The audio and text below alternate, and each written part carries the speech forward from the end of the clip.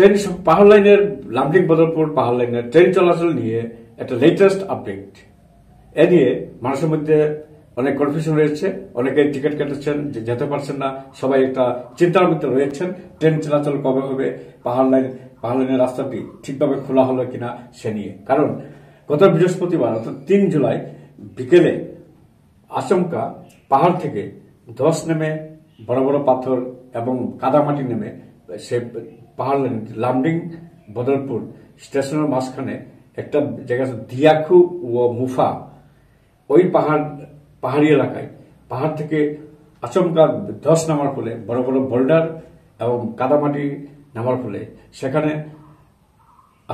তড়িঘড়ি রেল বিভাগ সেখানে রেল চলাচল সব বন্ধ করে দেয়।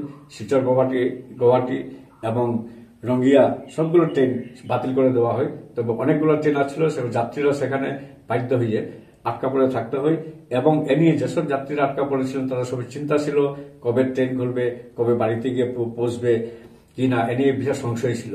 এ নিয়ে তো এর আগে আপনারা জানেন গত কয়েকদিন আগে যে জাটিঙ্গা লামপুরে ব্যাপক হারে ধস নামার ফলে সেই রেল ট্র্যাকে ব্যাপক হারে ধস নামার ফলে দীর্ঘদিন সেখানে ট্রেন চলাচল বন্ধ ছিল এবং সেটি সারাই করে নেওয়া হয়। অনেক চেষ্টার পরে দীর্ঘ টানা কয়েকদিন অসংখ্য জেসিবি নামিয়ে সেখানে কাদামাটি এবং রেলের ট্র্যাকের উপর থেকে মাটি সরিয়ে নিয়ে চলাচল শুরু হয়। চলাচল শুরু করার ঠিক 1-1.5 দিন 2 দিনের মাথায় ফের আর সেই লামডিং বদরপুর পাহাড় লাইনের মাঝখানে দিয়াখু ও মুফা স্টেশনের মধ্যবর্তী একটি স্থানে ফের ধস নেমে যায় পাহাড়ের থেকে গিয়ে।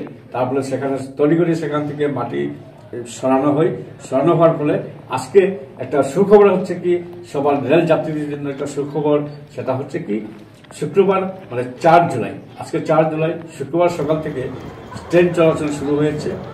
তার আগে সেখানে রাস্তা যেগুলো রেলের ট্র্যাকের উপর যেগুলো কাদামাটি পাহাড় ছিল সবগুলা উঠিয়ে নেওয়া হয়েছে, সব মুক্ত করা হয়েছে, এখন ফ্রি রয়েছে রেল ট্র্যাক ফ্রি। ফলে আজকে 4 জুলাই শুক্রবার সকাল থেকেই ট্রেন যথারীতি ট্রেন চলাচল শুরু হয়েছে এবং এখন থেকে শিলচর গৌহাটি কাঞ্চনজঙ্ঘা এছাড়া বিভিন্ন যেগুলা ট্রেন সমূহ রয়েছে সেগুলা সফর শুরু হবে, যাত্রীরা যেতে পারবেন।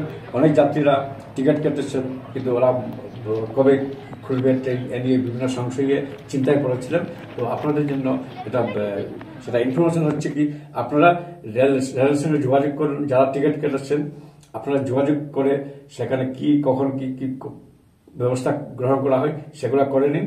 আপনার যেখানে যাওয়ার প্ল্যান ছিল সেগুলো আপনার কারণ এখানে শোনা গেছে যে এই ট্রেন 3 জুলাই আচমকা ট্রেন বন্ধ হওয়ার ফলে অনেক পরীক্ষার্থী গৌহাটিতে যাওয়ার কথা ছিল শিলচর বরাক উপত্যকা থেকে, ওনারা যেতে পারেননি। ফলে অনেক পরীক্ষায় ওনারা বসতে পারেননি, ফলে তাদের জীবনে একটা বড় ধরনের ধাক্কা হলো। তাই এরকম অ্যাকচুয়ালি সমস্যাটি কি হচ্ছে, যেমন সরকার এই যে বারবার এই যে পাহাড় থেকে ধস নেমে ট্রেনের উপর রেল ট্র্যাকের উপর মাটির ধসের পরে যে সমস্যাটি সৃষ্টি হচ্ছে, এর খেসারত দিচ্ছে হচ্ছে সাধারণ মানুষকে। এর ফলে সাধারণ মানুষ যাতায়াত করতে পারছেন না, গুরুত্বপূর্ণ কাজে চাকরি হোক, যে কোনো জীবনের ইম্পর্টেন্ট জরুরি কাজগুলো ঠিকমতো সম্পন্ন করতে পারেন না এই যোগাযোগ ব্যবস্থা এরকম মধ্যে হঠাৎ বন্ধ হওয়ার ফলে। তাই সবার একটা রিকোয়েস্ট দাবি গণদাবি উঠছে এখন সরকার এই পাহাড় লাইনের লামডিং বদরপুর এবং গুয়াহাটি থেকে যে বিশেষ করে এই পাহাড় লাইন এলাকায় দ্রুত গতিতে যাতে ফের ধস না নামে সেজন্য একটা সরকারের পক্ষ থেকে এবং রেলওয়ে বিভাগ থেকে একটা পর্যবেক্ষণ করে সেগুলা শীঘ্রই মেরামত করা এবং স্থায়ী একটা ব্যবস্থা করা, যাতে আর পাহাড় থেকে ধস না নামার সেগুলো ব্যবস্থা করা। কারণ সরকারের কাছে এবং এই রেল উন্নয়ন নিয়ে কোটি কোটি টাকা বরাদ্দ করা হয় কিন্তু সেক্ষেত্রে দেখা যায় প্রতি বছর এরকম সমস্যা হয় বারবার।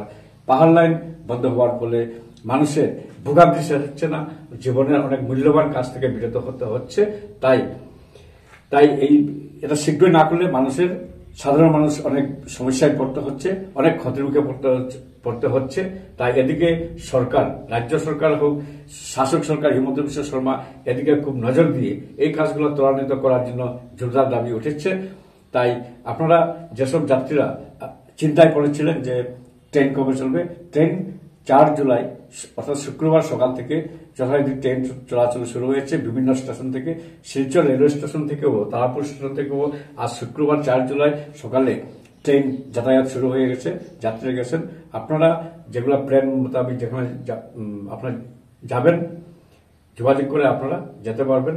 ধন্যবাদ। এরকম লেটেস্ট আপডেট আপনার খবর পাওয়ার জন্য সোনারগাছা ইউটিউব চ্যানেল, ফেসবুক পেজটি প্লিজ দেখবেন, সাবস্ক্রাইব করবেন। দেখে ভালো হলে প্লিজ কমেন্ট করে দেবেন। ধন্যবাদ।